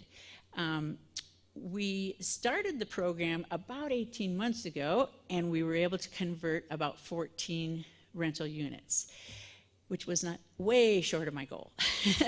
So we started an incentive program August 1st, where we started paying people to put their unit onto this in renting to locals, particularly if they had not done it in the past. Money talks, who would know? So what happened in just 7 weeks that we've had this program going, we've added 14 units. In fact, I think the number is more like 18 because in the last 4 days, we've added 4 more units. So it actually is working. We're really excited about this. We're getting more people placed in Big Sky. And again, we think this program has a ton of potential. We rely heavily on the foundations and resort tax to support us to come up with the money to pay these incentives. But it's the price per person housed is way lower than what it's going to cost us to build units. So this is a gap measure that we're trying to put in place until we can have enough units that are just available and dedicated to our local workforce. One way that makes that work is another way people can help is the home share program. So if you owned a condo, and okay, for years I owned a condo out here and lived in Ohio, and I still wanted to come out with my kids 2 weeks a year, a week in the summer and a week in the winter. So I rented on the vacation market so that I could come to my place the 2 weeks I wanted to come. Well, this home share program makes it so that people can stay in an even nicer on mountain, beautiful property when they come out and visit if they'll agree to rent their place out all year long to a local worker. So we've had some people being very generous in donating several weeks in their great properties to put into this home share program. So it's another way people can participate if you'd want to let your unit be open for that. So last slide here is I want to talk about why it makes sense for developers and builders to think about working with Big Sky Housing Trust if you're thinking about adding workforce housing units. We're a nonprofit. We can bring some opportunities to people funding-wise. We also have gathered quite a bit of information about tools, as I said, that other people have been using around the country. We participate in a lot of workshops to try to learn about tools we can use and help people with ways to keep housing affordable and keep it dedicated to the local workforce. When the 1% increase in resort tax was approved to fund Ron's plant expansion, what also came with that was the allocation of 500 SFEs, or water sewer rights, dedicated to workforce housing. And the Housing Trust is kind of the gatekeeper of the use of those SFEs. So by working with us, you could actually gain some SFEs if you were in need of that. We also feel like we're good advocates of the problem and can help. Sometimes there's community backlash, not in my backyard kind of mentality when you're trying to build workforce housing, and we think we have some tools that can help with that. We have right now a wait list. I have 175 people on a wait list trying to get into rental housing right now. So if you're looking to build housing units, I can find you qualified tenants very, very easily. And then also down the road, take some monitoring to make sure people aren't abusing the process. And that's something that the Housing Trust has actually invested in, some automated software that helps us do compliance monitoring to make sure people who were given a good rate and a good deal in their housing unit aren't turning around and renting it on the vacation market, because that is not fair to anybody. So we can do some of that monitoring for folks and make it easier. So we look forward to partnering. We think that's the way to success in the town, is for us to figure out how we can collaborate and work together to solve this really challenging problem.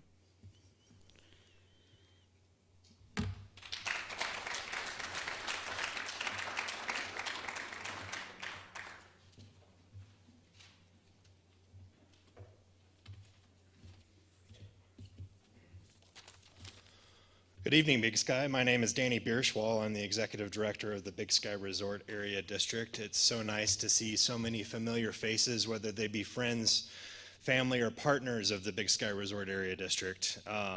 This year we had a little over, I think we had 27 organizations that requested funding from the resort tax in the Big Sky Resort Area District. By the way, I think our acronym BizRad might be the coolest one of all of them in Big Sky. Just a little kudos to ourselves on that. But everyone loves talking about taxes, I know. But one of the fun things to talk about is how those taxes go back and those public funds go back to supporting the community. And I wanted to just take a pause and recognize the fact that Big Sky is a community built on partnerships. You know, the Chamber often touts the power of partnership, and that is very true. And I want to thank the Chamber for facilitating this event tonight. I'm going to try to keep my presentation here under the 10 minutes because I'm going to give you the gift of time back in your evening. And as many of the presenters tonight have already highlighted, are how the resort tax helps to collaborate in those areas. One thing I wanted to note for this group is you look around and what you see in the room are public entities and private entities that are here together, transparently supporting the community and engaging the community in terms of the efforts that they have underway. You know, I often find myself going down the rabbit hole in social media and find lots of very interesting comments. And I think, you know, one of the interesting quotes is, "The world is shaped by those who show up in the room." Thank you for those who have shown up in this room. This presentation is being recorded, I believe, tonight. Please share it widely. This is how you're going to be able to get the answers and engage with the right partners to answer the questions and help address these very complicated issues that we have in our community. Those complicated issues were outlined in 4 different core value statements in our Big Sky plan in 2019. Those were our character, our people, our environment, and our recreation. Tonight we're focused more on development and building within our community. But out of those 27 organizations and 49 projects that the Big Sky Resort Area District helped to support last year, you know, it spans a wide reach of both infrastructure, public health and safety, recreation, conservation, and a variety of those initiatives fall under the 3 core pillars that we have in our organization, which is a culture of excellence, engaging in our community, and a strategic investment of the resort tax. Our tax rate is 4%, and 100% of those dollars go back directly within the Big Sky Resort Area District. So not a single penny is spent outside of our area, and our organization consists of 5 volunteer board members who very generously dedicate their time and energy. So, poll of the audience here. How many of you are sick of COVID? Just by a raise of hands. 100%. Great. How many of you waited for a post office box at the Big Sky Post Office before you were actually able to receive one? Show of hands. Got about 25% of the room. How many of you have been passed on the right side of Lone Mountain Road going up towards the resort, completely out of the traffic? Show of hands. Quite a few of you. How many of you have benefited or utilized the use of some of the resort tax funds in some form or fashion? Just a show of hands. And some of you didn't raise your hand because you didn't know you were actually utilizing resort tax funds. We're going to take a step through the last year, and that was the best way for me to kind of logically think through how I'd present our last year and then an outlook moving forward. So last year, the partners of Big Sky Relief, a public-private partnership, when I stood on this stage last year, we were just rounding up a very busy summer season, thinking going into that summer season that our economy was going to be very challenged by a decline in visitation. What we saw was the exact opposite of that. Moving into our winter season, and private organizations rallied together with the partnership efforts of Big Sky Relief and launched the Big Sky Surveillance Testing Program. We tested nearly 60,000 individuals, asymptomatic individuals in Big Sky, and pulled out approximately 1,100 of those out of the population to quarantine and isolate. I like to think it helped keep our operation up and running for last winter. Now, coming out of that time frame, in April, we began to engage with our local post office. Our local post office is actually a contract post office. It is not operated by a federal operation, the same as many post offices are throughout the country. It is not a result of us being unincorporated, but rather a result of us not actually receiving that designation. And we engaged with the post office early on, going into our allocation cycle in June, knowing that we were going to be funding a much larger gap than we normally would. And for those who don't know, the federal contract that the contract post office has with our local postmaster is up to a certain dollar amount. Beyond that dollar amount, it is subsidized through the public funds of resort tax. That's over $800,000 of resort tax funds over time that have gone to contribute towards the post office. What has happened in the last few years is that number has begun to escalate, in addition to the level of service that we have received by not having enough post office boxes. We've got 1,600 post office boxes. Last census, I think we were a 55% increase over the last 10 years, and I think we're around 3,500 registered folks within the Big Sky Resort Area District, or the CDP rather. That is a gap, and we recognize that there are two core areas that we needed to begin to work with our local post office to support. One of those is expanding the existing facility, and we're currently engaged with Al and the team at the local post office to find an opportunity to do so. The second is to actually engage the USPS at a federal level to find a way to begin to move towards actual federal designation, and those efforts are underway. We actually have a joint cross-county subcommittee with both Gallatin and Madison counties, which BizRad engaged both of those counties, as well as pulling in some of our congressional delegation. Around the same time, in May, we began to get the bids back, or the bid back, for the Tiger Grant, which was about $3 million over the project scope. BizRad engaged at that time with partners, both Gallatin County, Sanderson Stewart, Gardner, the Big Sky Chamber of Commerce, as well as BSCO, to begin to articulate what needs to happen in order to move forward. And in those efforts, two things happened. One, unintentionally, both happened at the same time. They were actually scheduled separately, but Montana Department of Transportation pulled out the stoplight, which is actually being worked on right now, providing that dedicated left-hand turn. You'll see that work happening right now.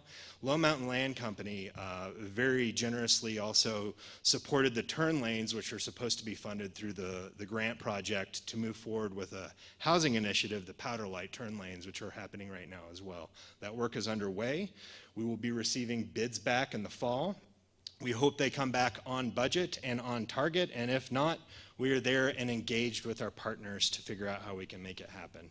So, as I mentioned, we've got 49 projects this year that we were able to commit $9.7 million of support towards. It's a banner year for us. We almost hit $13 million in collections. It's critically important for us to be able to utilize these public funds and ensure they are genuinely going towards strategic investments.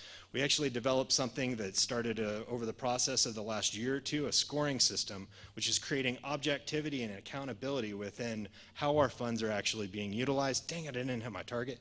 Which is how our funds are being utilized, and it focuses on three core areas: collaboration, efficiency, and planning. So those organizations that we fund are very engaged with us at this time to find opportunities to be able to meet the needs of those four values identified in the community plan. There are also, side note, 45% of our commitment went towards infrastructure, 40% went to admin and operations, 15% went to programs and projects. Infrastructure is an area we'd like to see to grow. Admin and operations is an area we would like to see organizations begin to focus on how they can make themselves more financially reliable. And the programming and projects are the core missions of what these organizations are doing that we help to fund. So future outlook, we're looking to and engaged with all the Big Sky Relief partners, the winter season. We're working with Big Sky Medical Center to figure out how it is that we are able to pull a system together that will in turn support COVID relief and mitigate from those impacts in this winter season.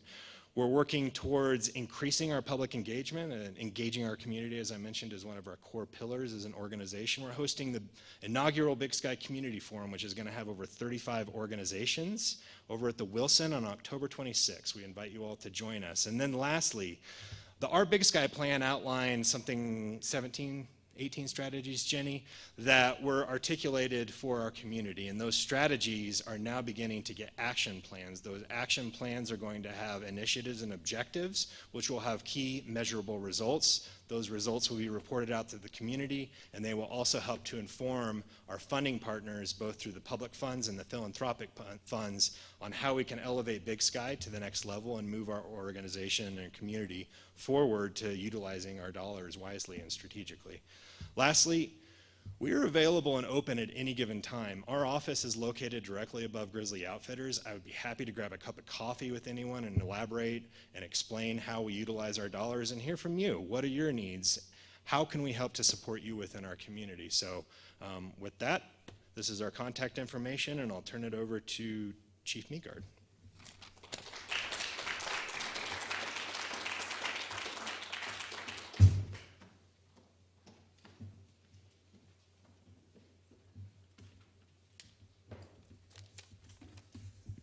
Good evening, everybody. As Danny said, it's great to be in a meeting where you actually have people face-to-face anymore compared to what we've had the last 16 months.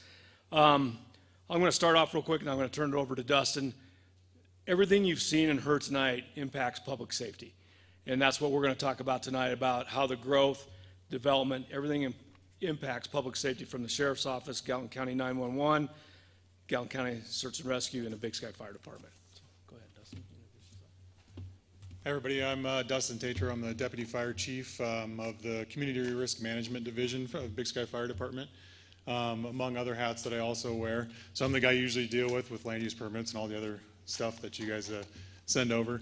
So I would just say, before we get started here, just think about everything you guys have heard tonight with all these organizations and all the building that's going on, all the development that's going on, and now think about our organization of 34 people with only 2 people dedicated to trying to keep a handle on a lot of the development that's going on.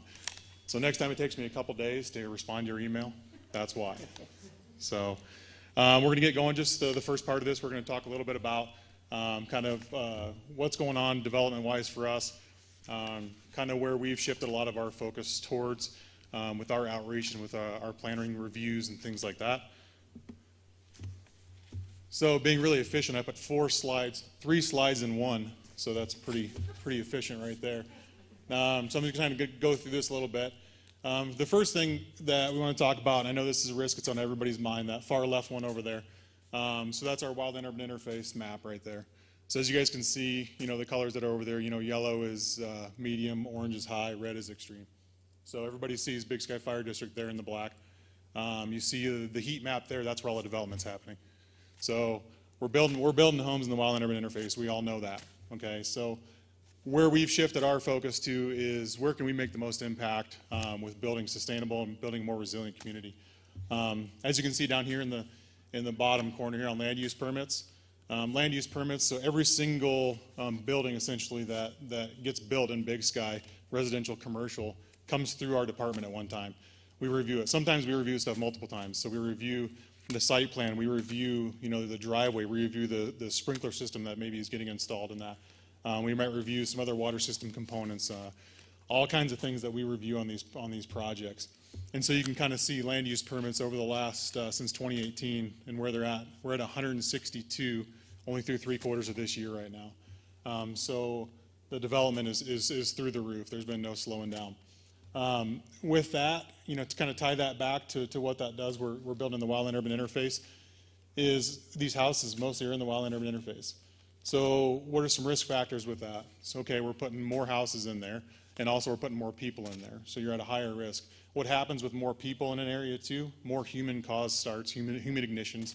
If you look across the state of Montana this year, I think 78% of fires this year have been human ignitions. Usually we're a little bit higher or our natural causes are a little bit higher. But as you see more and more people coming to Montana, we're seeing more and more human ignitions. So I mean, I think this year, all the ones we've had, I think only one has been a natural start. Everything else has been human ignitions. So that's going to drive that risk factor up. And then, like I said, we're putting more and more houses in that area as well. So we're driving that risk up. So kind of where you guys have probably seen in the last 3 years, where we've really shifted our focus now is we really focus on how are we building these homes, you know. The science is out there from all these places, you know, in California and everywhere else that have had these massive structural loss fires with what is the best building components, what is the best landscaping components. And we've really reached out and educated a lot of these developers and architects and engineers that do a lot of work up here. And most of them have bought in and done a really good job. Worked with a lot of HOAs to get covenants updated, get their CC&Rs updated to reflect a lot of those best practices out there for landscape materials, for non-combustible building materials.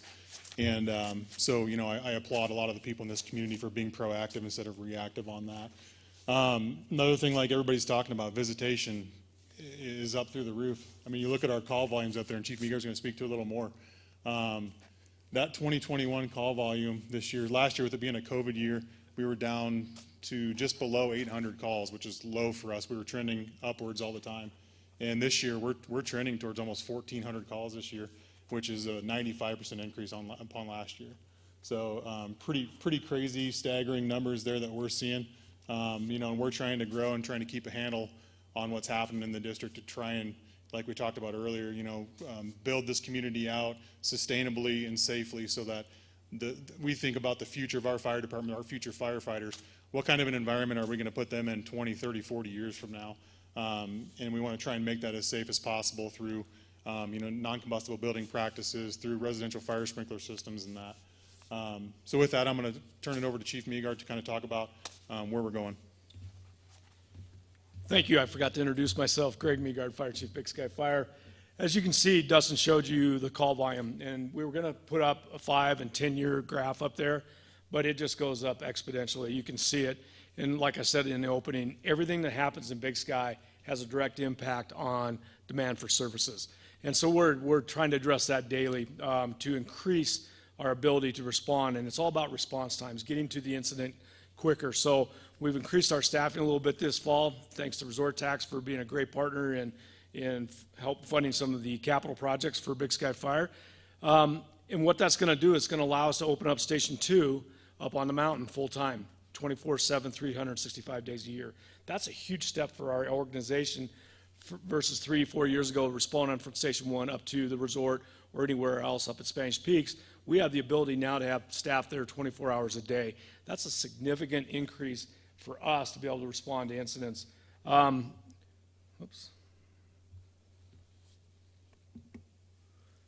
So if you look at the map here, so the current locations of our 2 fire stations. You can see the lower one in the middle, the one up on top is up near Big Sky Resort. As you look at, again, and you look at our coverage, so this is a 5-minute, the purple that you see is a 5-minute response. We try to stay within 5 to 7 minutes. And you can see how much of the red of our district, we're not able to get there in that time frame. And earlier, we weren't able to come earlier. We had multiple meetings going at one time virtually. But Matt was up presenting, and he showed a slide that showed a partnership with Cross Harbor, Spanish Peaks, about adding another fire station up in the Spanish Peaks area. So if you look at trying to strategically locate stations to add the response time. So if you look at the difference now of where that purple went up and down the canyon, up in the Spanish Peaks area and other areas up by the resort, by moving the stations and put them in better locations, that really increases our ability to respond to incidents within a better time frame. Part of it, the one in the middle, we own property right down on Lone Mountain Trail. When Chief Farhat was here, we purchased that property. It's down by Ace Hardware. It'll be just down from the housing development. You know, we don't have any set time frame to build down there, but by moving that station down there, opens up our response times up and down Gallatin Canyon on 191. That's critical to our ability to get to all of our customers out there as quick as we can.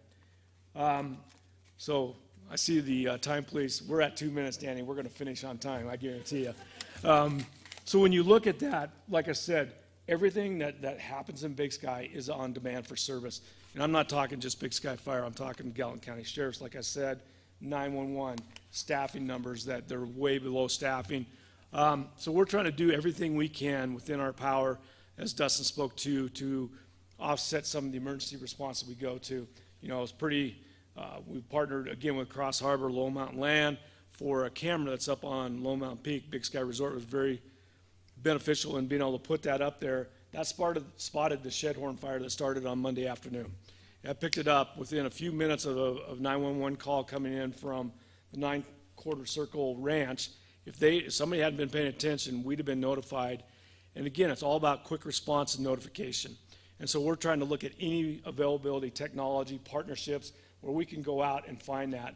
And so hopefully we'll be able to continue to go down that path and look for different ways to better enhance our ability to provide service. Thank you. Thank you.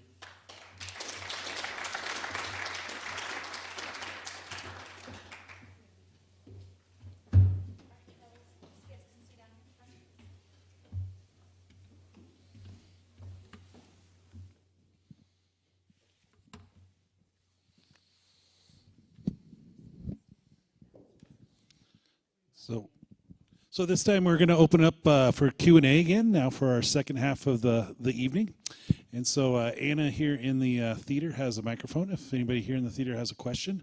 Same time for our online participants, you can go into the chat or, I'm sorry, what was the other place? Oh, it's right there. Thank you. Chat on YouTube or email us a direct question that we can ask the panel.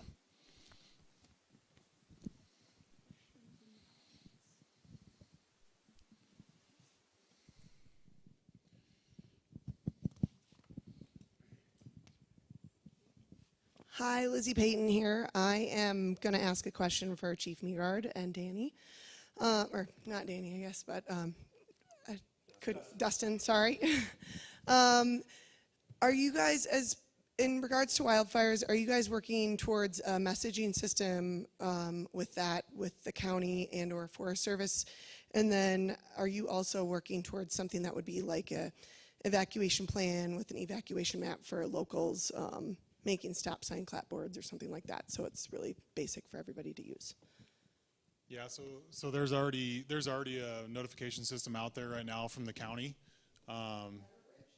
Yeah, it's an Everbridge product, and so we put that out with like all of our land use permits for new homeowners and all that stuff, and anytime we do any sort of pub outreach, we're always pushing that messages to. The hard thing with that is it's only as good as how many people enroll in it. You can use it off of a cell tower and override the enrollee piece of it, but that's really only if it's kind of dire circumstances, because it hits so many people and it causes a lot of mass pandemonium. So it exists, it's there. So I would encourage everybody, if you're not signed up for it, go to readygallatin.org, .gov, one of those two, and sign up for it. It's a really good tool. Everybody thinks that then the government's going to have my number and they're going to send me all kinds of stuff, but that's not the case. It's really, they only use it for special circumstances. As far as the evacuation stuff goes, yeah, we've really been focusing on it the last 3 years. We did probably 4 or 5 months ago have an evacuation tabletop exercise with the Sheriff's Office, Spanish Peaks, and Moonlight Basin for a fire simulation back in the Jack Creek area. The purpose of that tabletop exercise is obviously to try and identify gaps and try to learn from each other as far as what everybody's protocols are, and so then from there we're going to build upon that and involve more of our valley and county partners and cross county partners as well in that, and then build that to where we could do a full-scale exercise. A lot of things have come out of that, with different things as far as signage, like you're talking about, safety zones, identification of safety zones. Maybe if in the case where putting people on the road isn't the best idea and things like that. We've identified a lot of those things and feel like we've got a really good plan moving forward. And don't fly drones near fires. Yeah. I was going to plug that at the end. Any other questions from the audience?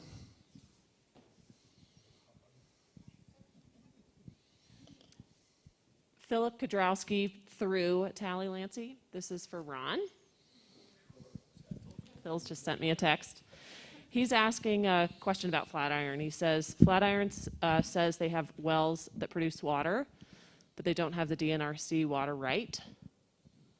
I hope I'm getting this correct. They want to give the district the wells, but it will have to be a water district or a district water right. Does the district have the water rights for the Flatiron project?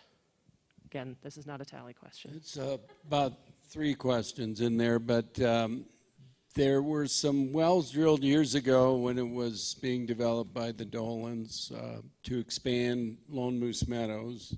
That's true. It's my understanding, you know, those wells were pump tested to some level. We need to get our hydrogeologist, who's been busy working on the wells I showed you, and we're going to try to get in there in October, toward the end of the month maybe, to possibly do some more pump testing to really prove what kind of value those wells might have, both in water quantity and quality. It's my understanding there's no water right associated with those. So what we do when we expand and drill new points of diversion or new well points, you have to take your appropriations from your existing water right pool and move volume to those new points of diversion. The best place for us to find water is the mountain village because our biggest demand is up there, plus we have the ability to share it down to the meadow. We put a pipeline in 2006 to do that. So we still need to figure out what's there in terms of water quantity, quality. The water that came with Lone Moose Meadows, there's 2 wells. They're not very good wells. They're about 20 gallons a minute. That feeds the Lone Moose development entirely. All summer we ran with those, filling their tank, so we didn't divert water over there. We've looked in the records. We don't really know how much water demand their original developments were going to require, but certainly the scope of the Flatiron development in Lone Moose and then east of there is much, much bigger than the 2 wells that are in Lone Moose can handle. So it's doesn't answer Phil's questions altogether. We got to do more work, figure out what those wells look like. But we'll be using some of our water rights. If these mountain wells work out, we'll put them on there before we would put them on any wells down at Flatiron. I have a question online for Ron. Water is a public resource that needs to be managed holistically across our community to be efficient, effective, and equitable. Currently, water and wastewater management entities range from individual residences with wells and septic to community systems and your water district. Do you envision your water district ever expanding its boundaries to capture the entire Big Sky community? That's a really big question. So the really nice thing about being unincorporated is that we're unincorporated. The downsides to that is you have no overarching jurisdictional entity that manages all the stuff that happens here.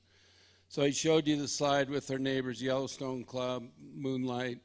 They've got public systems. The Canyon District's just starting up. They will effectively start managing some of the wastewater stuff that happens in the canyon. I could see Big Sky 50 years from now, even if it was unincorporated, either you would have a collaboration of water and sewer districts coming together or one big district boundary that covered all of it. That's not going to happen overnight, though. And we've got, you've heard people after people come up here talk about all the stuff happening right now. So the thought of expanding to cover all of Big Sky is just not on the table right now. But I think someday it could be.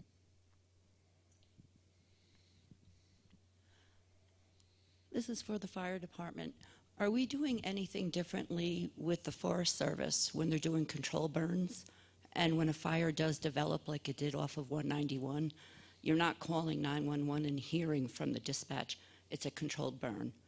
I called in 3 different times, and this is the fire that took, that was behind the river house that started and then went down to the gas stations. Are we doing anything differently with the Forest Service to notify residents, and or should the residents be calling the fire department directly? So that incident itself, the Forest Service was doing a prescribed burn up above, and just happened to be at the same time that this fire took place. Forest Service did an investigation, and it had nothing to do with that controlled burn. I don't know how familiar everybody is. A couple individuals were out target practicing, and unfortunately, that's what started the fire behind the river house. Now, the Forest Service communicates with us. They have full authority to do those controlled burns. They don't need my permission or Big Sky Fire's permission to do that. They make us aware of it, and they try to push it out as much as they can publicly. But anytime you see a fire, obviously, hopefully the Forest Service, anybody else doing a controlled burns, letting people know about it and letting 911 center know about it. But there are those occasions that they don't. So we try to get that message out as much as we can. Just like this summer, to get fireworks ban and the burn ban. The burn bans, that's pretty standard to put on. We typically don't see that up here till late August, maybe into September, October. Unusual conditions this year that we had, the county commissioners, both Madison and Gallatin County, step up. The county commissioners did a great job of putting the burn bans in place countywide. But getting a fireworks ban was the first time it's ever happened in this community, and I applaud both counties for doing that. That was significant for us. I'm getting a little bit off track from your question. So, but it all ties together. It's all about communicating in the Forest Service. But again, the Forest Service notifies us, but they don't need to get our permission on their property. I would just say that was a crazy coincidence last year that happened there, and they were doing that up there. Yep. I know everybody, assumed what it was right away. And we were getting calls left and right on that, and every time we were getting calls, we were coming down and checking and seeing what it was, and that was why when it took off into the grass in that area, myself and one of our battalion chiefs, we were there pretty much very quickly, and we were calling in air support and everything else right away. It was just a crazy incident that those happened like that. So. It's just wild how that brush can take off as quickly as it can, and it makes you realize how dangerous it is when we get the dry season. Yeah, absolutely. When especially in November. I mean, it was November 2nd or 6th? 8th? Close. We would never think in Big Sky we would have a wildland incident in November. Just unusual times, unusual fuels, everything dried out, was dormant. Similar to what we got going up on the Shedhorn fire right now. Extremely dry. If you look at some of the pictures, there's snow on the mountains up above it, and we got this full-blown wildland fire with trees crowning. And so this is the opportunity I'm going to take what Danny brought up, and just going to throw it out to you guys. If you see anybody or know anybody that's using a drone around a wildland fire, it is catastrophic to the wildfire events to get done what they need to do. Monday afternoon when we got up there with our resources, it was about 30 to 35, 40 acres. Forest Service, great partner of ours. They come on all the fires with us. It was determined to be in the Forest Service. They had air resources coming in. They had 2 fixed wings and multiple helicopters, smoke jumpers coming, and they had to shut them down and turn them all around because somebody was up flying a drone. And I get the public's need to know, and we try to push that out as much and as quick as we can. But those drones took that fire from 30 acres that went to 64 overnight. And had they been able to hit it with those resources up front, that would have made a significant impact on that fire. And now we got a long-term event going up there. We have 82 firefighters, 3 helicopters, 4 today. Hopefully they get to stay here because there's another start in another county. But if you know or see or you see anybody or hear about it, please contact the Gallatin County Sheriff's Office because we got to put a stop to that. Because if we weren't lucky where it's geographically located, it would be a completely different outcome. So sorry about the pitch, but please let people know. I had one more quick thing on that if I can. So, what they were doing last year with the prescribed fire in the landscape is part of the cohesive strategy right now. That really with the fuel loading that's happened in the forests all over the place, prescribed fire in the spring and late fall is the only way that we can get a lot of that fuel loading cleaned up. And we didn't see it as much down here, but if you would have gone, I live over in the Madison County side. I mean, the BLM, the Forest Service, burnt thousands of acres over there last year in the spring when it was time to burn. So prescribed fire is coming down the pipe, and it's going to be more and more of something. But a little bit of smoke in the spring and in the late fall, when it's a good time to do so with the weather and with the fuel moistures, is way better than in the middle of hot summer when we're getting 40, 50,000 acre fires. Time for one last question. We have one over here.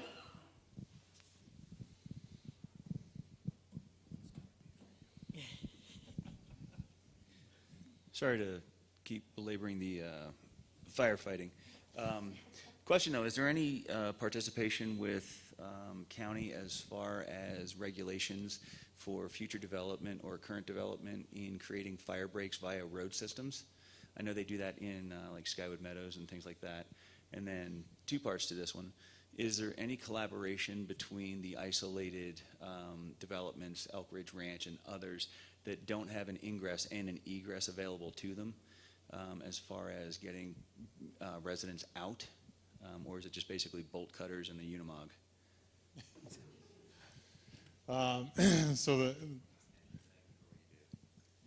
So the first part of that, so we worked really hard with the new subdivision regulations that Gallatin County put out last year. We had Headwaters Consulting or Headwaters Economics help us, to really put some robust recommendations together for them. So you'll see a lot of stuff in the new subdivision regulations that's out there as far as utilizing non-combustible landscaping, 3 to 5 foot non-combustible around each home. It addresses defensible space and it addresses fuel breaks and things like that. I know that, it's just in the last 6 months or so, we've been working with the quarry development down there with doing some fire breaks with them. We've done some retro fire breaks with Antler Ridge that we went in and helped cut. We're working with BSOA right now doing a bunch of fuels mitigation work. We're trying to expand our ability to do more of that fuels mitigation work as well, and as well as consult with some of these new developments, with creating those beforehand, whether it be tying in trails, roads, ski runs, whatever it may be that you can tie in. And a lot of people won't even know that's, hey, this is a fire break. We all know it is, but a lot of people, other people don't know that. Anything like that can drive that temperature down of a fire that's coming in is going to be beneficial. The other piece of that, what was it again? I can't remember what you said. Something. So basically the ingress, egress, in and out of some of these divisions that you really prioritize.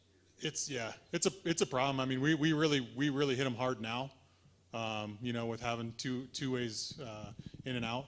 But a lot of the stuff that's been grandfathered in or was kind of before we were really weighing in a lot on developments, they're pretty bad. So we're educating people. We can get in and out of those places, but like you said, it's a one way in, one way out. But at the time, we didn't have the science and the data and what we've been having, over the last 10 years to really draw from for that. So The only thing I'll add to that is also you inherit, the history of the development in Big Sky back in the 70s, 80s. It's not only ingress, egress, it's grade of roads. That's a significant challenge that we are really paying attention to. You go up in a lot of areas in Beehive Basin stuff.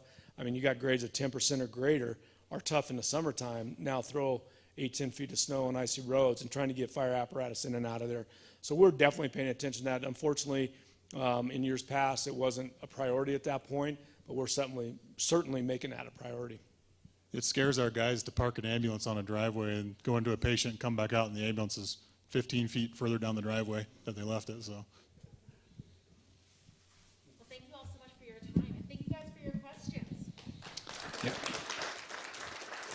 Thank you for John Zirkle doing all of our sound and being our host tonight.